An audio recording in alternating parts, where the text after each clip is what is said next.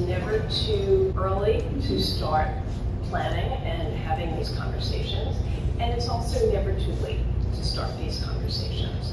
So if a family has young children and they just had an enormous liquidity event and they're starting to think about how do I set things up in such a way that I involve them and I create a culture of education, a culture of financial literacy, and at the end of the day, nobody wants to create a situation and a situation where their children or their descendants are entitled and are not competent and confident stewards of wealth. And so, yes, it is never too soon to start having those conversations. And so the answer is, when should I have that conversation?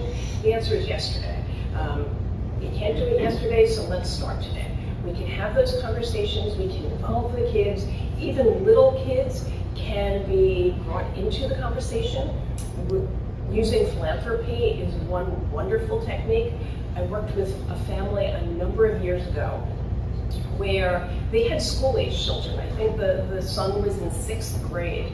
And I said to them, why don't you designate a small piece of your family's philanthropy and tell your son, we're going to give you, pick a number, $5,000, and he needs to do his homework, and we'll help provide him with the tools for how to do his homework. But he can do his homework and then make a little mini presentation to you about a charity that he has selected and why.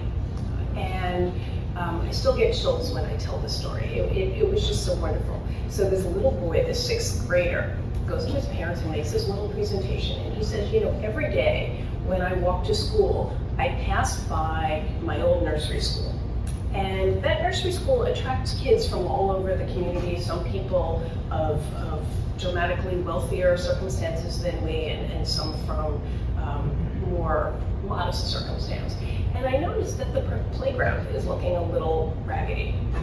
And so I would like to designate my gift to create a new playground in my old nursery school. And it was just such a beautiful, selfless thing that showed an awareness of the responsibility that accompanied this young man's privilege. And so that's just one technique that creates a sense, even with little kids, of the sense of responsibility to their community.